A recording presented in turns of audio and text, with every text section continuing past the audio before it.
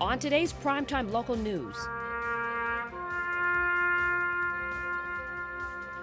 Remembering those men and women who sacrificed their lives fighting for our freedom. It's a super important day for me, something my grandfather instilled in me with his family very early on. Icy and slippery roads causing a lot of residents to slip and fall. In the morning it was pretty slippery and the car skidded a few times, but now it's a little better. And no lead water? Why the mayor says drinking water is safe in the border city. Hey, I'm Eric Bay, and tonight we are down here at the Service Sports Center checking out Mistletoe Magic and everything that will be going on here throughout the entire weekend to check out. So we're going to have all that and more coming back from here throughout the rest of tonight's show.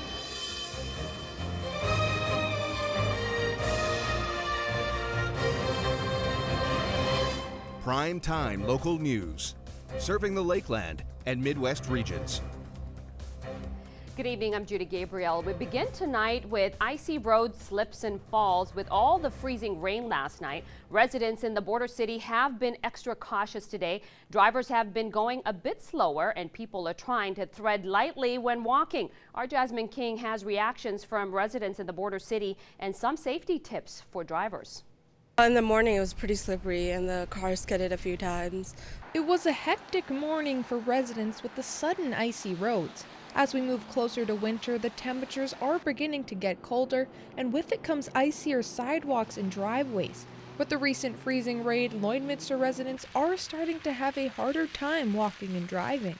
Not today, but I did a couple days ago. All the time. Just this morning, both of us slipped like all the time, yeah. I heard there's quite a few accidents happening. The RCMP have a few tips for drivers as the road conditions begin to get worse. Give yourself more room to stop. I always suggest vehicles have winter tires on, especially for this kind of weather. Give yourself more time to get your destination. With the icier roads, Constable Hagel says drivers and pedestrians have to start paying more attention to each other. Drivers should anticipate what a pedestrian is going to do. Pedestrians not normally thinking of cars.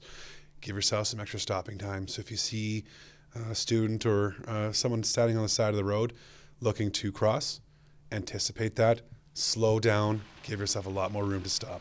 In colder temperatures, windshields and windows begin to freeze over. Constable Hagel wants to remind drivers of how important it is to make sure you scrape off the ice.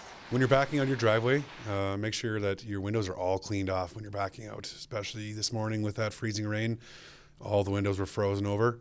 Make sure you're scraping them all off and you can see, because you don't want to be responsible for backing up into somebody.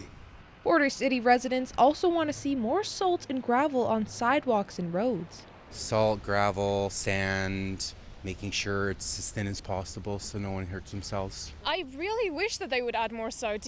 Yeah, absolutely. Constable Hagel also adds that pedestrians should make sure they watch their steps as they walk on the icier sidewalks.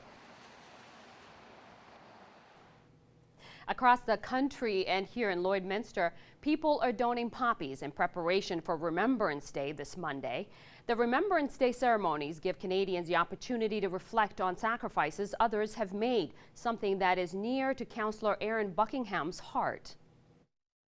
There's many of us, myself included, that had family that have fought in wars and in the past, and we still are in conflict in different places that we're providing peacekeeping, and those people are just as important as those who have gone before us. It's a super important day for me, something my grandfather instilled in me with his family very early on. Councillor Buckingham says the support in the community has always been great, and he's looking forward to this year's ceremony. It's always been wonderful to see such a great turnout at the local Remembrance Day service right here in Lloydminster and everywhere else. It's an important day to remember that these people have given and continue to give for what we have today. So I hope to see everybody out. This year's ceremony will be held on Monday, November 11th at Lloydminster Comprehensive High School. Those planning to attend are asked to be seated by 10:30. Canadians coast to coast heard alarming news earlier this week regarding dangerous levels of lead in the water of several major cities such as Edmonton and parts of Saskatchewan. However, the city of Lloydminster is not among those affected, according to the mayor. Mayor Gerald Albers is certain that the water is safe due to having no lead pipes or lead salient within the city's infrastructure. We had contractors and staff in everyone's house. They did not find any lead pipes in anyone's residence or property. So that was a reassurance for the city. And during the testing, local samples were well below unsafe levels. The reports are available. We do the testing from the city's administration as it's required, and we don't have the issues that some of the other communities are facing. And for more information on the water tests, you can find the results, which are available on the City of Lloydminster website. Well, the MS Society Lloydminster chapter held their Evening of Champions event last night to celebrate all those who've helped with volunteering and fundraising within the organization. Our Braden Chernucham has a few highlights from last night's events. The Evening of Champions is a night to celebrate all the selfless volunteers of Lloydminster and all the hard work they put into making sure every MS event is the best it can be. Tammy Klotz shares that it's nice to give appreciation to those always willing to donate their time. There's so many people that are involved in front of the scene and behind the scenes that we don't often see. So we just really wanted to embrace that moment and just to take an opportunity to say thank you. According to the MS Society, there are an estimated 77,000 Canadians living with MS. For the winner of the Volunteer of the Year award, he thinks it's important to notice the volunteers and to keep the funding to end MS. Everybody that's involved in making an organization like this able to raise the funds for research and trying to fight this terrible disease. With all of the MS events over the year, the MS Society Lloydminster chapter has managed to raise thousands of dollars towards the cause, something that Mayor Albers is proud of sharing when talking about a community's strength. It's a great evening to bring people together and recognize the achievements that they've had, from fundraising to just organization. The MS Society will keep at it with their events to meet their ultimate end goal of ending MS. Braden Chernuchan, Primetime Local News. And now we head out to the Mistletoe Magic event where our Eric Bay was on location earlier. Back here again at the Service Sports Center, and today we are checking out the first day of Mistletoe Magic, seeing what is all around here. And I'm joined now by Ed Storch, and you have brought your knives and you make them yourself. So tell us a little bit, I guess, about what you did bring here today. Well, we brought mostly working knives, a few art knives. We have kitchen knives, hunting knives, fillet knives. We're selling knives, and we also teach classes, so we're signing people up for classes too, and I'm promoting knifeism, I call it. I have a granddaughter helping me right now, and my son will be helping later. Some of the knives on my table were made by my son and grandson, and mostly by me. Never having had a job that gave me a paycheck, I don't have a pension past the government pension, and that doesn't go very far, so this is how I pay my bills and give me some walking around money, and I have fun doing it. Turning something useless like a piece of steel into something useful like a really good knife is a good thing. That's awesome for sure. Now, we also talked a little bit, you mentioned you got your grandkids also helping you out here, so I guess what's it like to be able to share this with them as well? It's really, it's a good feeling. To take a piece of useless material, make something useful, and to pass that knowledge on. Actually, Pablo Picasso was supposed to have said, the meaning of life is to find what you're good at, find your niche, and the purpose of life is to share it. So I figure I'm right in the slot. Oh, Pablo will be pleased, I think. Perfect, for sure. All right, thank you for this. And we are going to have some more from back here again at the Service Sports Center. But before that, we're going to head back into the studio.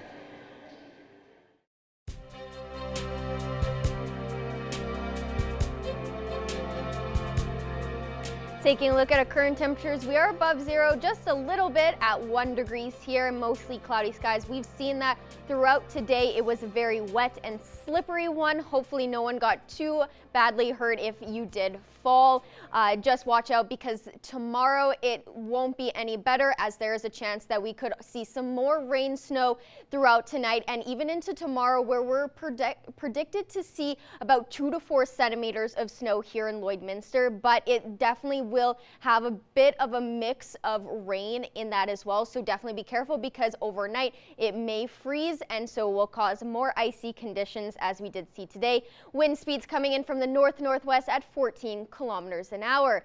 More current temperatures across the region, 3 in Edmonton and Jasper, 4 in Edson, Red Deer, Rocky Mountain House, 1 in Whitecourt, -2 in Athabasca, and 0 out in Cold Lake. And on the Saskatchewan side, 2 in North Battleford, 1 in Saskatoon, -5 in Melfort, -4 in Prince Albert, and 0 out in Meadow Lake. Overnight in North Battleford, -7 with a wind dropping down to 11 kilometers per hour coming in from the north with mostly cloudy skies.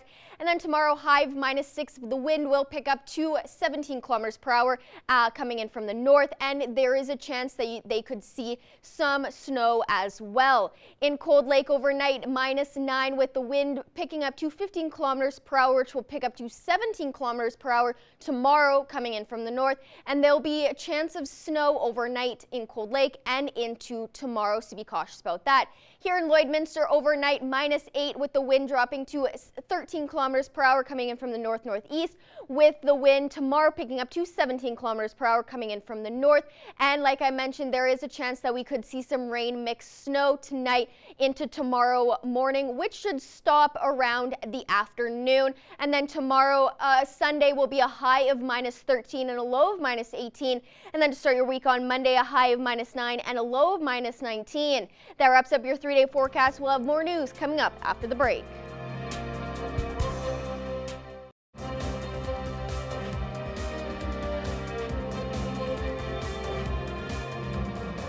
Welcome back. A new way to connect rural landowners with recreational land users debuted in Regina on Thursday. As Global's Connor O'Donnell reports, the novel system could ease a number of frustrations felt in the province. Nick Cornea's farm sits on 65 acres of southern Saskatchewan land, fertile for growing grain crops, but also for recreation. Any given time, we'll have 20 or so snowmobile trailers parked at the side of the river there along the highway. This is kind of snowmobilers' paradise for southern Saskatchewan to go down. And though he has no problem with people using his land for recreational purposes, he hunts and fishes himself, he says he just wants to know who is on his land at all times.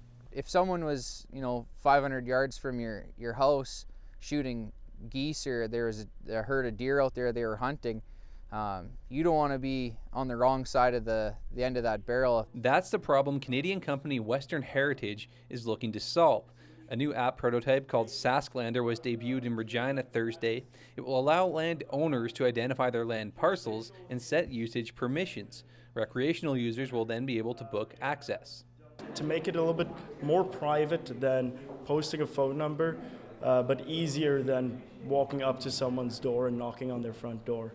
The system was funded in part by a grant from Innovation Saskatchewan, partially in response to new laws that have made accessing private rural land without permission illegal. There is an issue with crime in our rural communities, and people are, I think, a little bit concerned about that. The app is heading into a pilot phase in the RM of Shellbrook in the coming months. They plan to commercialize the system after that. I'd want to give respect to someone else with using their property. It's just the same as I want respect, give a little, take a little kind of thing. Connor O'Donovan, Global News. Maple Leaf Foods says it has reduced its emissions and invested in environmental projects to become carbon neutral. The company says it wants to be the world's most sustainable protein company and meets consumer demand for corporate responsibility on climate change. Maple Leaf says since 2015, the company has made significant strides in cutting its environmental footprint. The company says it has also invested in environmental projects in Canada and the United States to help offset the emissions that are beyond its control and it cannot cut. The projects will support wind energy, forest protection, and reforestry, as well as the reduction and recovery of methane gas emissions. And now here are your agriculture prices for today.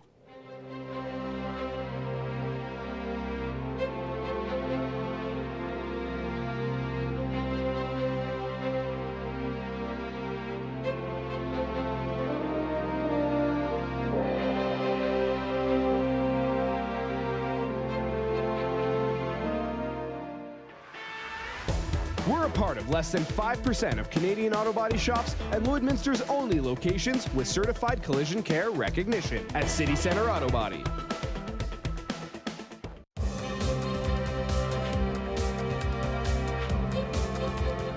The say this weekend will be big for the Lloyd Comp volleyball teams would be an understatement. The senior girls and boys teams are taking part in their regional qualifier tournaments tomorrow. The day for redemption is here for the Lloyd Comp Barons. Yeah, last year's crew was really, really good. We fell short of our goal, but this year we have a new crew. We only have 5 returners, so we still have that leadership, but we have a lot of new and exciting players that we think are going to take us quite far. The top 2 teams from regionals make it to provincials next weekend. Last season's third-place heartbreak still lingers with a few veteran players. We really want to push to get to provincials this year and hopefully do well. Venna Anderson is one of the 4 grade 12s on the team and has helped change the team so they aren't left heartbroken again. We've actually been running for 5Ks as a team. When you get tired, things get harder. Your serves might not be going over, or your hits might be going out, or you're not cracking your wrist. It's like more of you're mentally strained. The girls decided that they would do 5K runs on their own, so they do that and then come to practice. So it's definitely going to be paying off in the end. On the boys' side, they've had their sights set on this since the beginning of the season. They know the basics really well. It's a young team, but I think we have a shot at going to provincials this year. The boys are seeded 4th out of the 6 teams attending. Both the boys and girls teams are looking to ride the momentum they gained last weekend. The boys claimed bronze at the Vermilion tournament, while the girls took home 2nd in PA St. Mary's tournament.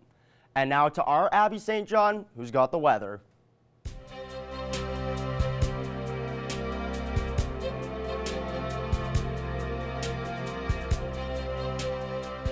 Thanks, Evan. Well, taking a look at our satellite radar from earlier this afternoon, Edmonton did see heavy snowfall and rain throughout this afternoon, and it will possibly continue in overnight. As it is making its way over to Lloydminster, we may have a chance of freezing rain overnight, as I mentioned earlier, so definitely be cautious tomorrow, as it will be slick, slippery, and icy, just like it was today, but it could be a tad worse, and it should snow until closer to the afternoon, and then it should die off just a little bit, but definitely be cautious that it will be icy, so definitely watch your step and be careful while driving. Current temperatures, it is 1 degree here in Lloydminster as well as in Maidstone, 4 in Macklin, 2 in North Battleford, -1 in St. Walburg, Meadow Lake, and Pearslin, -3 in Green Lake, and -5 in Isla Cross. And on the Alberta side, 0 in Cold Lake, -1 in Bonnyville and St. Paul, -3 in Lac La Biche, 3 degrees out in Edmonton, 2 in Vegreville and Vermilion, 1 in Marwayne, and 4 in both Wainwright and Provost. Tomorrow, -8 here in Lloydminster, as well as in Vermilion and Cold Lake, Edmonton, -5 in Provost, -7 in Vegreville, -9 in Lac La Biche, Bonnyville, and St. Paul. And on the Saskatchewan side, -5 in Macklin, -6 in North Battleford, -7 in Maidstone, -8 in St. Walburg, Meadow Lake, Pearslin, Green Lake, and -9 in Isla Cross. Overnight across the region, fairly large chance of snow in most of the region. Provost and Paradise Hill and Unity don't really seem to have a lot of heavy chance of some snow. Wainwright has a chance that it will be a mix of snow and rain, so definitely be cautious about that, as it will be fairly wet and it could freeze overnight. Now taking a look nationally across the country, 10 in Vancouver, 2 in Regina, -3 in Winnipeg, -5 in Quebec City, -2 in Toronto, 0 in Halifax, 9 in St. John's, -11 Yellowknife with chance of snow overnight, and -6 in Whitecourt. Now taking a look at your next 7 days, -8 tomorrow with a 65% chance that snow will carry over from tonight, and it should stop by mid-afternoon with a low of -8. And then Sunday it gets cooler with -13 as the daytime high and -18 as the low. And then to start your week on Monday, -9 for the daytime high and -19 as the low. And then Tuesday and the rest of the week should be above 0, with Tuesday being a high of +1 and a low of -12 with a mix of sun and cloud. And And then on Wednesday, a little bit more sunnier with a little bit of cloud coverage throughout the day with a high of +2 and a low of -8. And then on Thursday, same deal, just a little bit of cloud coverage, but it should be mostly sunny with a high of 0 and a low of -9. And then on Friday, a high of +1 and a low of -5 with a mix of sun and cloud. That wraps up your 7-day forecast. We'll have more news coming up after the break.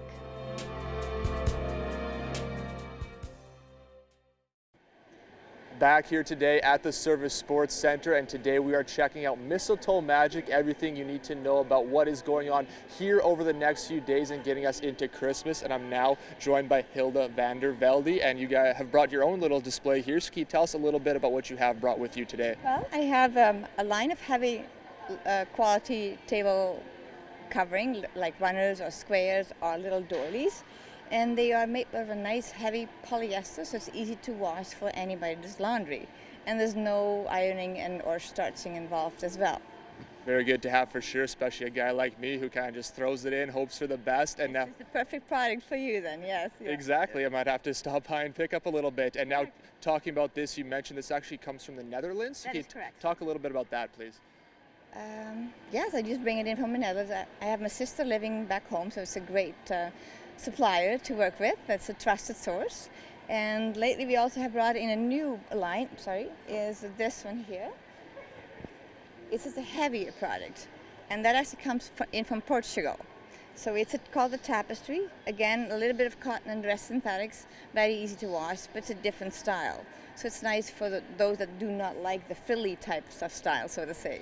Right? Right, definitely something for everybody. And now this isn't your first year coming here to Lloydminster for Mistletoe Magic, so just tell us a little bit about events like these and how they help you, especially, and vendors here as well, kind of show off their product to people here, especially before the Christmas season. Yes, so I've been doing it for 18 years. Not completely 18 years here perhaps, but for quite some time. And because it's just a nice variety and easy to clean product, you have here a big broad spectrum of types of customers or clients, from young to old, and some really appreciate it and some are new to it, and you have to educate them, and they once they find out how easy it is to clean, they say, oh, I can do that, right? So yes, it's a wonderful venue here, and especially this one is nice and spacious, especially with the young people with the strollers, and it gives them lots of space here to cruise around and have a little sit down and enjoy the new vendors here. So yeah.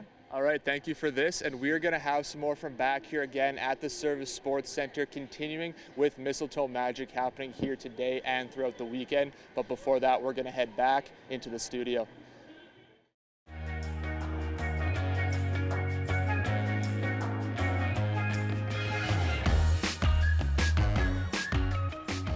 And of course, it's Remembrance Day coming up on Monday, and we put in the question of the day as, do you have any relatives or friends that you will be honoring this Remembrance Day? And a lot of you sent us a lot of pictures and beautiful stuff about your family and those that have been part of the Remembrance Day and part of the wars as well, too, right? Yeah. So here's some pictures that we can take a look at that we have. Beautiful. Yeah, we got around 12 to 13, I think around maybe 14 pictures. Beautiful photos taken of soldiers, and we saw a uniform. It's beautiful. Yeah. It's also crazy just how much the military and the army has changed since World War I, World War II. For sure. And this marks the 100th year since the First World War, and I noticed that a lot of them had sent those pictures from the World War, grandparents and grandmothers and all those kinds of things. So that was pretty impactful today, and what a great way to celebrate 100 years of and that. Honoring every single soldier or anybody who has ever fought for this country, because we literally would not be here today without them. Of course, and you have a grandparent too. Yeah, that I was had my grandfather fought in the Korean War. He did fortunately make it home and passed away earlier this year, but he definitely did his part for Canada, and it's very honorable. Of course, yeah. Me too. I had my grandfather did the same thing for the Korean War, and he was in Ethiopia, obviously, and was sent there. There's just so much respect going out to every single one of them every single day, and then this one day we truly illuminate those brave people. Of course, of course. And now switching gears to Pet of the Day, of of course, today we're going to be picking the pet of the week. That will be at the end of the next show. But here's some of the cute pictures that you guys sent us from the pet pad as well, too, the gift certificate, right?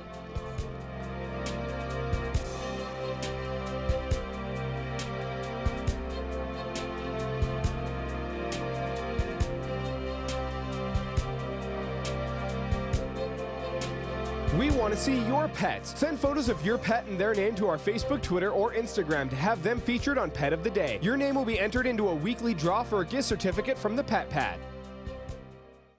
Joining me in studio today, Lloydminster Bobcats head coach and GM Nigel Dubé. Nigel, thanks for joining me once again. So, let's just start it off. How do you think the season's gone so far? Give me a little rundown from maybe the coach's perspective, a little bit of an eye in the sky, I guess.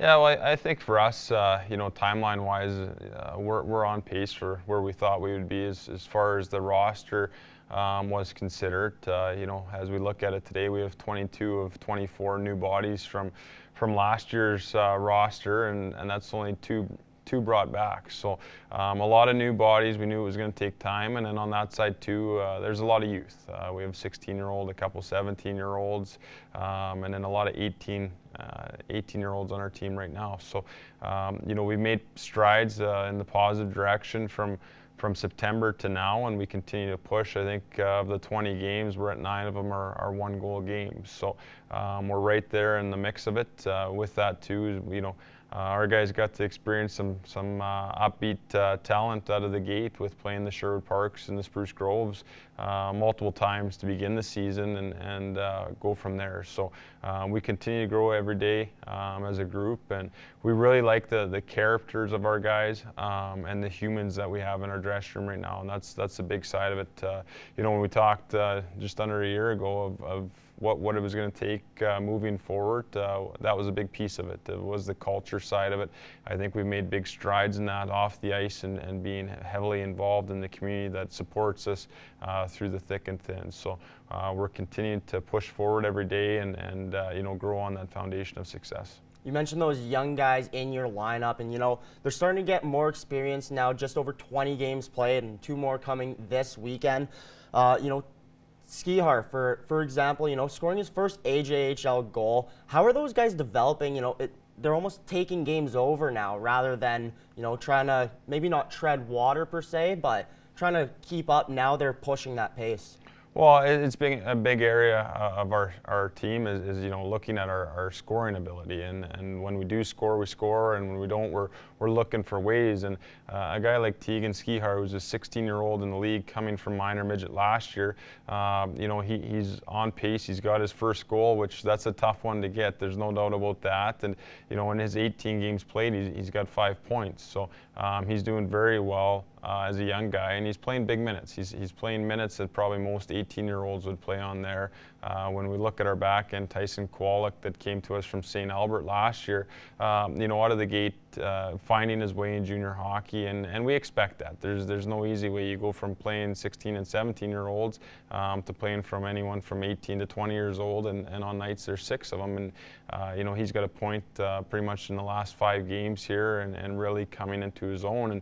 And we're at the time of year too where we'll see that out of guys. We expect that out of guys. And last weekend against Drayton Valley, 4 goals scored, and 3 of them being the young guys chipping in on that, and that's a huge part. So we expect them to grow, and that's when we talk about the process and taking some time with these young guys and not rushing with them.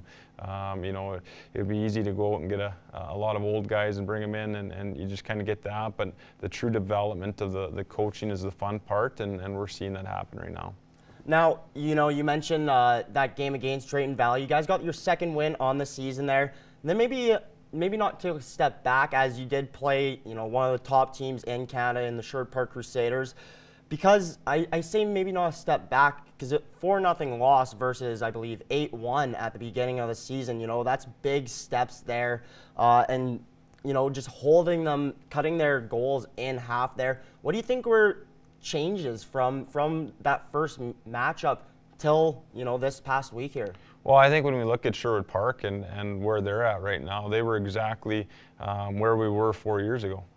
So they're a team, that's put 4 years into this season, and they're challenging. They're second in Canada right now behind Brooks, and many think they're stronger than Brooks as it sits right now. But with our guys, it's just the overall maturity and growth in junior hockey. They had 4 rookies in the lineup on Wednesday night, and we go back to the fact that we had 2 returning players.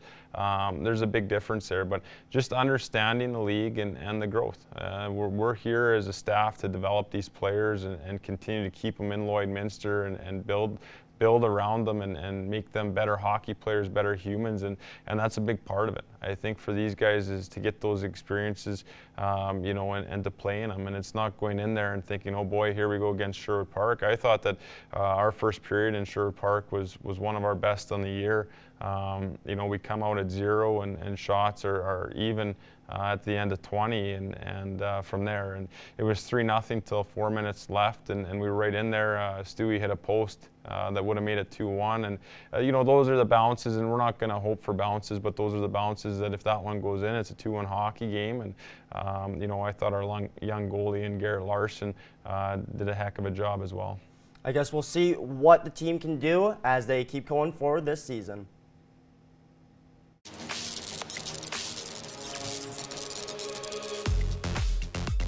Hey, it's Justin Marshall from Hot 101.3 and Boom 95.3.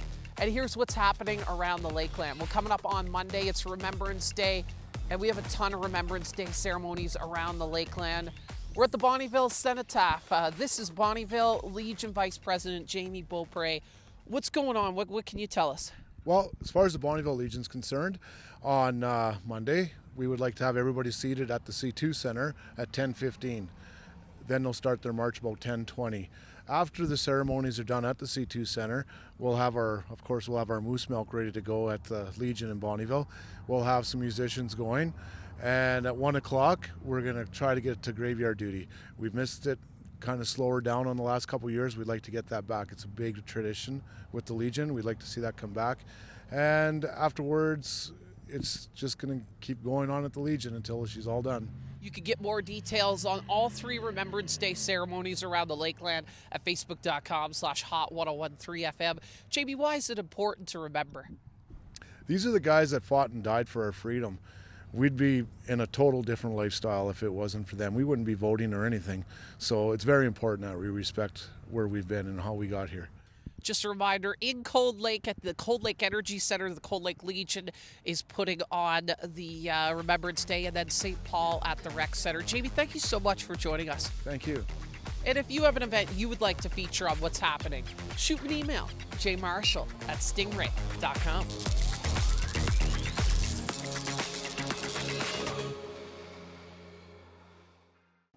In studio once again with Lloydminster Bobcats head coach and GM Nigel Dubé.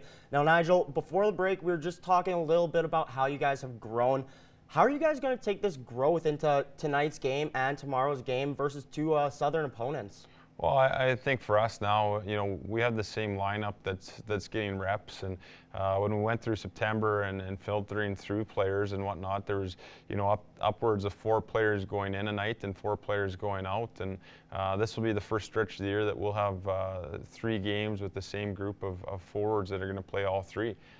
So they're getting reps now, and I think that's a big thing as well as the energy. We had a great practice yesterday, high energy practice, and really dialed in on a couple of our key systematic points. And for them, we look back at the players now of they have to put it on them and look in the mirror to prepare themselves, and whatever that may be throughout the day. We got, I think, close to 12 kids, 13 kids going to school this morning, and it's not your typical junior hockey where wake up and then go have a nap and then back to the rink.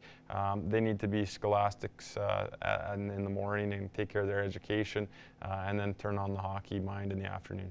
Now, tonight's game, we'll be seeing possibly seeing a new D-man for you guys. You want to just talk a little bit about, this new addition for the Bobcats? Well, Cole Jungworth is coming to us. He was in Wilkes-Barre, which is out east in the States, playing junior there, and with the transaction, we were able to get him the paperwork in, and he'll be in the lineup tonight for us. He adds another right-handed shot to our back end as well. He was a captain with his Minnesota high school hockey team, and our scouting staff's done a great job. Corey Lonke down there identified him, and it was a piece that we were looking for on the back end to stabilize things there a little bit. We also have Ben Bygrove coming back in a couple weeks here that has yet to play a game for us too. So, Cole is going to be a steady Eddie puck-moving D-man for us that plays a real tight gap, and I think he adds something to our back end just with his first outlet pass. It's going to move pucks quicker up the ice, and we're looking to create more offense by going north quick and creating those offensive opportunities. So I think he'll be a welcomed addition. And maybe he can help you guys shut down two studs for the Canmore Eagles, that being Alex Young and Carl Lyons.